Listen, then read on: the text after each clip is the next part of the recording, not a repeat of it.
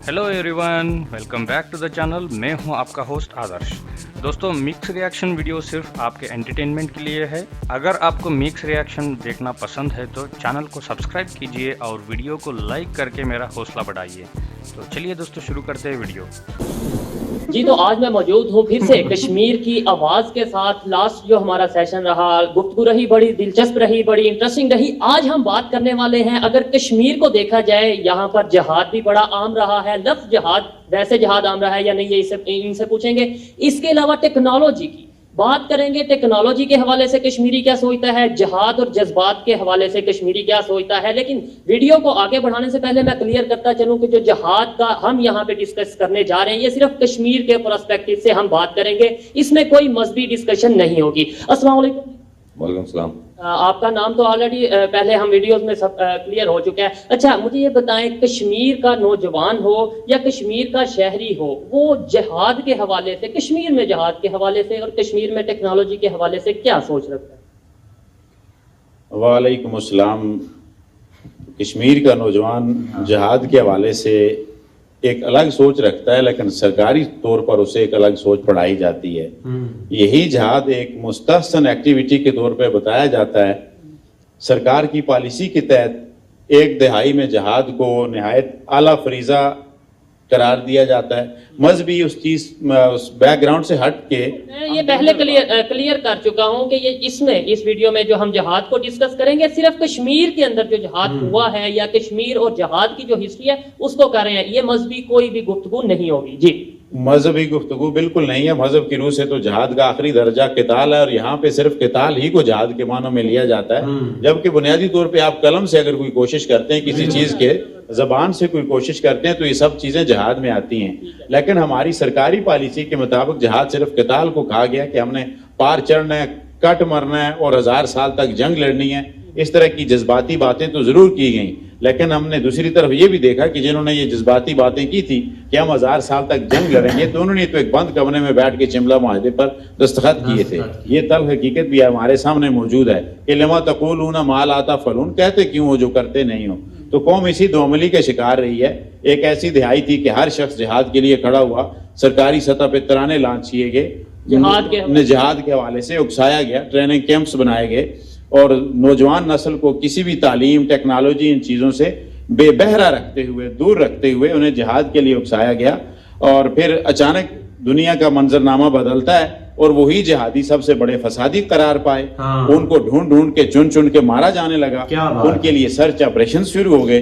तो ये देख लें कि एक वक्त का हीरो दूसरे वक्त में कैसे जीरो कर दिया गया। यहाँ की बात नहीं है, वहां पे भी गुड तालिबान और बैड तालिबान का जो कंसेप्ट है, ये इसी बुनियाद पे है कि जो आपके साथ मिल के आपके मफाद के लिए काम करे तो वो गुड हो गया, और जो नहीं करे तो वो बैड हो गया। तो यहाँ पे जो जिहाद की बात थी, तो इसलिए किया गया कि लोग अगर पढ़ेंगे तो एक स्कूल के बच्चे को, यूनिवर्सिटी वाले को आप शायद जहाद के लिए बहुत जल्दी कायल नहीं कर सकते। उसके मुकाबले में किसी भी मदरसे वाले को आप जन्नत का लालच देकर, हूर का लालच देकर, वो बल्कि जन्नत महशर का खौफ, हूर का लालच दिया गया। मैं चीखता रहा कि मुझे रोटी दीजिए। लोगों को जान के लाले पड़े हुए थे, लेकिन इधर बताया गया कि उधर हूरें मिल जाएंगी, हूर उन मकसूरात, और आपके पास ये चीजें होंगी, जाएं कूद जाएं, दुश्मन को मारें, उसको मारते हुए मर भी गए तो आप जन्नत में चले जाएंगे। तो ये बुनियादी तौर पे तालीम से दूर रखने के लिए बात की गई थी। हम 80% का रोना तो रोते हैं, लेकिन ये मिकदार के एतबार से है, मयार के एतबार से हमारा लिटरेसी रेट 80% तो क्या, शायद इसे हम 5% भी नहीं कह सकते। क्योंकि पाकिस्तान, कश्मीर की जब हम बात करते हैं तो मैं आपको वाज़ेह कर दूं कि दोनों साइड कश्मीर की बात करें, वहां पे भी लिटरेसी रेट यही है जो आप कह रहे हैं, और दूसरे नंबर पे क्वालिटी ऑफ एजुकेशन की अगर बात करें, वहां पे भी ऐसा ही आप। अगर आप लिटरेसी रेट की बात करते हैं तो वहां की और यहाँ के लिटरेसी रेट में बहुत ज्यादा फर्क बिल्कुल नहीं है। लेकिन अगर आप मयार की बात करें तो हमने बहुत सी ऐसे मिसालें देखी हैं कि जो पार वाली साइड से आया हुआ था, तो वहां का मैट्रिक पास बच्चा यहाँ के ग्रेजुएट से बहुत बेहतर था। क्यों? साइड के कश्मीर का बच्चा। ये तो खैर एक पॉलिसी साजों के लिए कि जानबूझ के ऐसा निसाब दिया जाता है, बल्कि मेरे अपने अल्फाज हैं इसके लिए कि यहाँ पे बुनियादी तौर पे स्कूलों में उम्र पूरी करवाई जाती है। हमारा बच्चा 16 साल पढ़ने के बाद बिल्कुल बेकार उस डिग्री को गोल करके घूमता फिरता है कि अब इसके जोर पे मैं क्या करूं, और उसके बाद जो डिग्री उसे कुछ नहीं दे सकती। तो वही है, जो अच्छे दिमाग होंगे वो बाहर चले जाएंगे, वो देखेंगे कि यहाँ पे उनकी खपत नहीं है और बाकी लोगों ने मजदूरी शुरू कर देनी है और वो भी नहीं होगा तो वो किसी मनफी एक्टिविटी के हिस्सा बन जाएंगे। तो कौमें हमेशा ज़हीन लोगों के बालबूते पे चलती हैं, ذہین لوگ ہمیشہ اپریٹس اور حکومتی سرپرستی کے بالبوتے پہ چلتے ہیں، لیکن یہاں کا اس سلسلے کا پورا انفراسٹرکچر ہی خراب ہے، تو اس وجہ سے آپ توقع نہیں رکھ سکتے کہ کوئی بہت بڑی قیامت خیز تبدیلی کچھ سالوں میں آ جائے گی۔ اچھا، ان سے بات کریں گے، مجھے یہ بتائیں، اگر جیسے انہوں نے بتایا ہے جہاد کا کنسیپٹ اور ٹیکنالوجی کے حوالے سے بات کیا، آج کے دور میں بات کریں کہ آج بھی آپ کو لگتا ہے کہ کشمیر کی میں بات کر رہا ہوں، واضح کر دوں کہ کشمیر میں آج بھی جہاد کے نام سے ایکٹیویٹیز یا اس طریقے سے لوگوں کے جذبات کو آگے لایا جاتا ہے یا ٹیکنالوجی پہ اب ورک کیا جاتا ہے؟ ایک تو یہ ہے نا کہ قتال اور جہاد کے فرق کو کلیئر کر لیں۔ کشمیر میں شاید اب قتال کی پریکٹس یہاں سے بند ہو گئی ہے۔ 5 اگست 2019 کا جو جوائنٹ وینچر ہوا ہے، اس کے بعد یہاں سے انہوں نے کہا کہ جو پار جائے گا وہ بھی غدار ٹھہرے گا۔ لیکن پہلے کیا یہاں کے لوگ کیا کہتے ہیں؟ پہلے یہاں سے جب بیچتے تھے، جو اس کی مخالفت کرتا تھا تو ان کو مار بھی دیا جاتا تھا اور ان کو کہتے تھے یہ غدار ہیں، یہ را کے ایجنٹ ہیں، یہ اس کے ایجنٹ ہیں۔ کل جب ہم اس کی مخالفت کرتے تھے، آج جب اس کی انہیں کہیں کہ آپ کا وہ دعویٰ کدھر ہے، آپ کہاں کھڑے ہیں، تو یہ کہتے ہیں جی کہ اب آپ نے کوئی ایک بات کی، قتال کی، جہاد کی، تو آپ ملک کے دشمن ہوں گے یا آپ ریاست کے دشمن ہوں گے۔ تو چاہے کشمیری ہو، چاہے پاکستانی ہو یا دنیا کا کوئی بھی شہری ہو، کنفیوز نہیں ہو جائے گا۔ ایک سائڈ پہ جب ایک چیز بتائی جاتی ہے یہ بہت اچھی ہے، ٹھیک 2 سال بعد 5 سال بعد وہی چیز بتا دی جائے یہ بہت غلط چیز ہے، تو پھر یوتھ ہو یا پھر کوئی عام شہری ہو، اس کے مائنڈ پہ کیا پاورز، جو آپ کا مقتدر طبقہ ہے، جو پاورز کے مراکز ہیں، وہ حال میں ہمیشہ ٹھیک ہوتے ہیں۔ وہ نہ ماضی کی بات کرتے ہیں نہ مستقبل کی، وہ جو حال میں جو موجود ہوتے ہیں، اس وقت ان کی پالیسی، اس موجودہ جو سچویشن ہے اس کو بس ہینڈل، اس وقت ہم اس پوزیشن میں ہیں تو اس وقت آپ نے یہ کرنا ہے۔ لیکن فیکٹ یہ ہے کہ اب لوگ بیدار ہو رہے ہیں۔ اب جو آپ کا دوہرا معیار ہے، اس کے خلاف لوگ اٹھ رہے ہیں، اس کے خلاف آوازیں بلند ہو رہی ہیں۔ لیکن اس میں بھی ایشو یہ آ جاتا ہے نا، اس میں ایشو یہ آ جاتا ہے جو آواز اٹھتی ہے اس کو پھر وہی بات ہے کہ وہ غدار یا وہ ویسٹرن ایجنڈے پہ یا وہ اس طریقے سے الزامات کا سلسلہ ساتھ چلتا رہتا ہے، یہ الگ بات ہے، لیکن سب سے اہم بات آپ کو بتاؤں کہ یہ وہاں کہیں ہمیں ہم پار نہیں جا سکتے، ہمارے راستے روک لیں۔ لیکن یہ حقیقت ہے، ہم نے ہندوستان اپنی دنیا کی بڑی فوجوں میں سے 5ویں معیشت ہے، طاقتور فوج ہے، وہ ہمارے جو جذبہ آزادی ہے اس کو سر نہیں کر سکتا۔ ہم نے ایک عزم کیا ہوا ہے بحیثیت قوم کہ ہم اس آزادی حاصل کریں گے۔ یہی تو میرا ٹاپک ہے کہ ایک جذبہ، ایک جہاد علیحدہ میٹر آ جاتا ہے، ٹیکنالوجی۔ آپ کو لگتا ہے کہ بغیر ٹیکنالوجی کے جذبہ کام آئے گا یا جہاد کام آئے گا؟ آزادی کے مفہوم اب تبدیل ہو چکے ہیں۔ ہم یہ کہیں جی کہ ہم آنن فانن اٹھائیں، ہندوستان کی فوج کو یہاں سے مار بگائیں، وہ یہاں سے نکلیں اور ہم پھر کنٹرول سنبھال لیں، یہ پریکٹیکلی ممکن نہیں، یہ ممکن نہیں ہے۔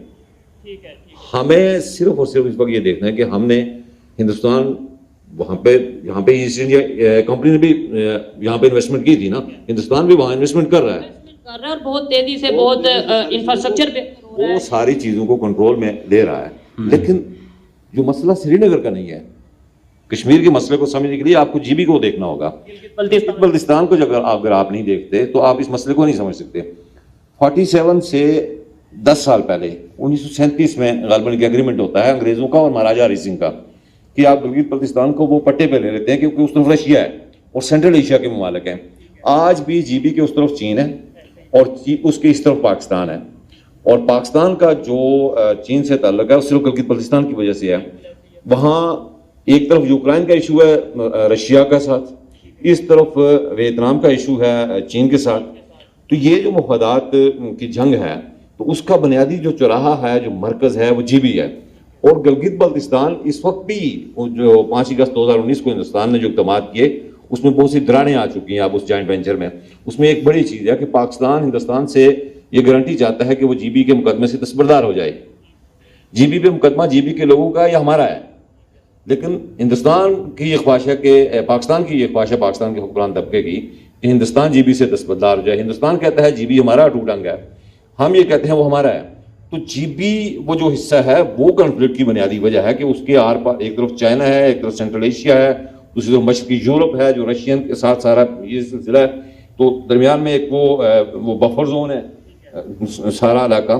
تو اس جو ٹریڈ ہے اس طرف خام مال جاتا ہے وہ $4 ٹریلین کا بزنس ہے جی بی سے، اور G B is a part of state of Jammu Kashmir.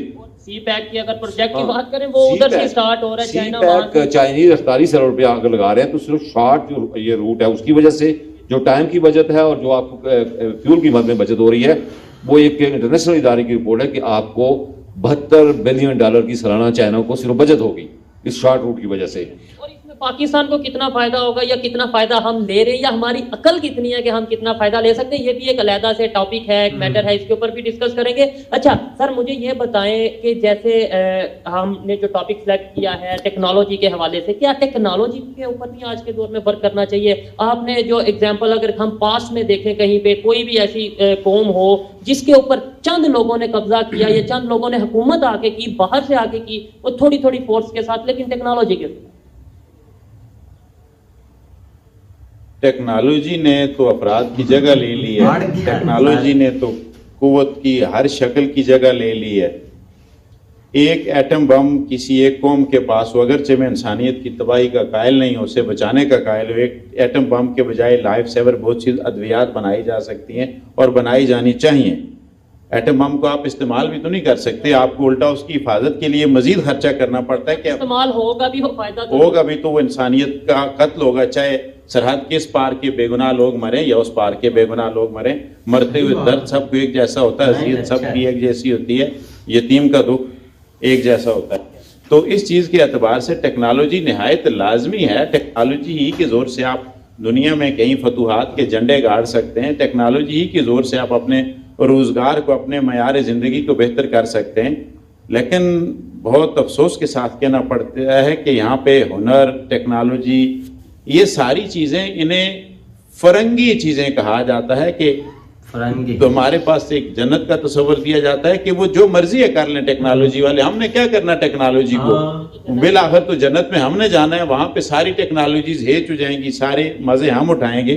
तो जो भी मैं माइक यूज कर रहा हूँ, ये भी टेक्नोलॉजी है, ये भी फरंगी इजाद है, जो इन्होंने ग्लासेस पहने हैं, ऐनक पहनी है, वो भी फरंगी इजाद है। जो माइक, जो कैमरा है, सारा कुछ, कपड़े भी इवन शायद हम देखें तो ये बाहर के ही होंगे इस टाइम, लेकिन फिर भी हम एट द एंड ये कह देते हैं वो जो उनसे नाकाम है। और हम बिल्कुल ऐसे ही, अगर मैं उस पर बात करूं कि हम अगर टेक्नोलॉजी से दूर हो जाएं तो ये दो हजरात जो कमीज शलवार में, इनके कपड़ों में से सिर्फ इजारबंद शायद ऐसा बच जाए जो बगैर किसी टेक्नोलॉजी के बना हुआ है, तो बाकी शायद हमारे पास कुछ नहीं बचेगा। ये मेज हो, गिलास हो, ये कैमरा, माइक, सारी की सारी चीजें हमारे पास ये टेक्नोलॉजी ही की देन है। हम टेक्नोलॉजी पे क्यों नहीं वर्क करते? कश्मीर को टेक्नोलॉजी की तरफ क्यों नहीं लेके आते? इंफ्रास्ट्रक्चर क्यों नहीं बेहतर करते? हेल्थ की तरफ, यानी यूथ की सोच क्यों नहीं बदलते? क्यों आज भी हम यही नारा लगाते हैं कि हम, हमारे पास जज्बा है? नो डाउट जज्बा भी एक मैटर करता है, चीजें होती हैं, एहसासात होते हैं, लेकिन टेक्नोलॉजी जरूरी नहीं।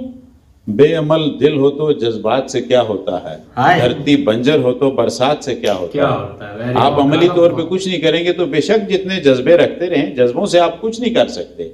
जज्बों के साथ आपको होश की और अकल की जरूरत पड़ती है, और होश और अकल आपको टेक्नोलॉजी की तरफ लेके जाते हैं। जज्बे आपको टकराव की तरफ लेके जाते हैं, तबाही की तरफ लेके जाते हैं, तसादुम की तरफ लेके जाते हैं। ज्यादा नुकसान जज्बे वाले का ही होगा। जब जाहिर बात है आगे टेक्नोलॉजी होगी तो फिर जज्बे का नो डाउट। हाँ, वो तो आप देख सकते हैं कि आप टकराव के लिए 1000 बंदा जा रहा है और दूसरा एक बंदूक लेकर खड़ा है, तो वो आप पे हावी है, आप उसके खिलाफ कुछ भी नहीं कर सकते।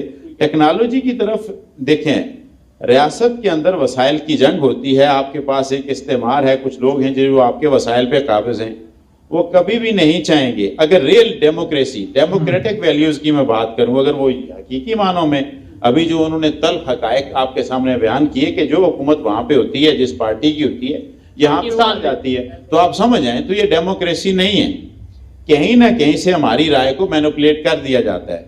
रियल डेमोक्रेसी हो तो लोगों के अंदर से अवाम के हकीकी नुमाइंदे जाएं, तो वो इन चीज़ों पर गौर करें, इसके हवाले से जहालत का तदारुक करें और इकदाम करें वो तरक्की और टेक्नोलॉजी की तरफ। लेकिन इन चीज़ों से अगर दूर रखी हुई एक कौम होगी तो उस पर हुक्मरानी करना आसान होता है। लेकिन एक ऐसा नौजवान जो अकल का इस्तेमाल जानता हो, अकल के इस्तेमाल का हामी हो, जज्बात के इस्तेमाल की बजाय, तो वो अपने हुकूक की बात करेगा।